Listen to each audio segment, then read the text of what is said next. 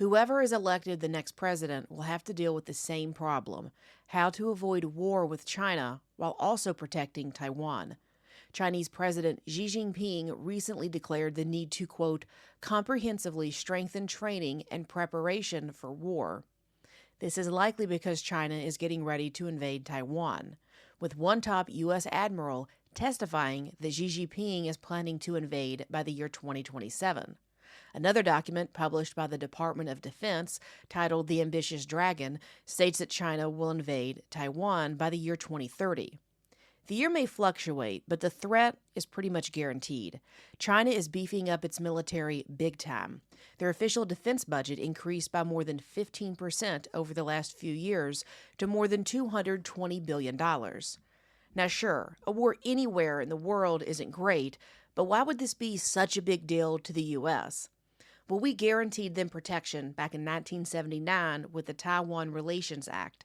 It states that, quote, the United States shall provide Taiwan with arms of a defensive character and shall maintain the capacity of the United States to resist any resort to force or other forms of coercion that would jeopardize the security or social or economic system of the people of Taiwan. In short, if China goes to war with Taiwan, it's going to war with the United States. We are legally obligated to protect them. A war between China and Taiwan would end quickly, but a war between China and the U.S., now that would be brutal and very, very long. But this is more than just the U.S. looking out for the little guy. It also is in our best national interest. If we defeat a Chinese invasion, it protects the Indo-Pacific area as well as our allies in Asia, Japan, Philippines, and Australia. Taiwan is vital to their defense. A Chinese takeover would threaten their security and allow China to spread its rapidly growing naval fleet all over the region. Similarly, if we let Taiwan fall, then those very allies and others around the world won't see us as reliable. It would damage our reputation, make us appear weak, and force us to prove ourselves worthy in other ways. And finally, it shows our allies that if we can protect Taiwan from a Chinese invasion, then we can do that for them as well. Now, Taiwan is a tiny island, but it serves as a proxy for our military strength. About the size of Maryland, Taiwan sits just 100 miles off the coast of China, and an invasion would be quite easy. One expert says that China could take over in under an hour. You're still going to move amphibious assault ships across the strait. Each of them can deliver about 800 troops and, more importantly, dozens of troop transport helicopters as well as gunships to do an airborne assault. They can reach the two airports within 10 to 15 minutes.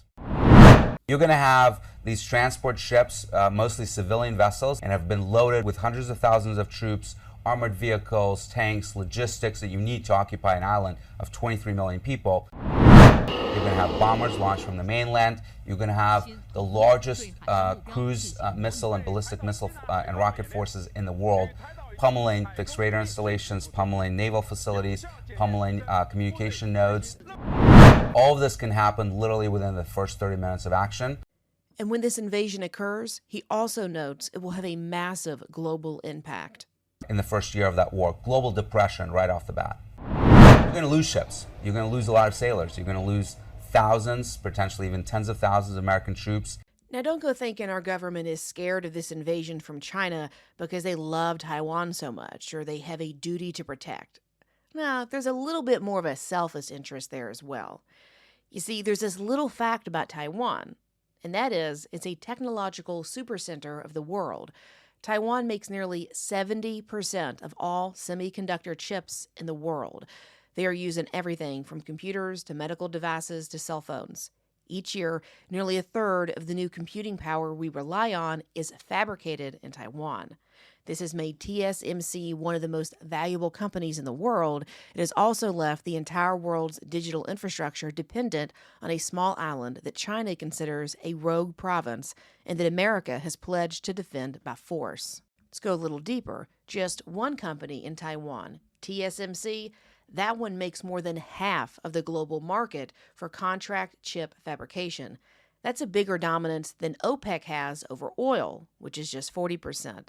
As Time also noted in their article, quote, Taiwan produces almost all the most advanced processors, a market position that makes Saudi Arabia's 12% share of global oil production look unimpressive.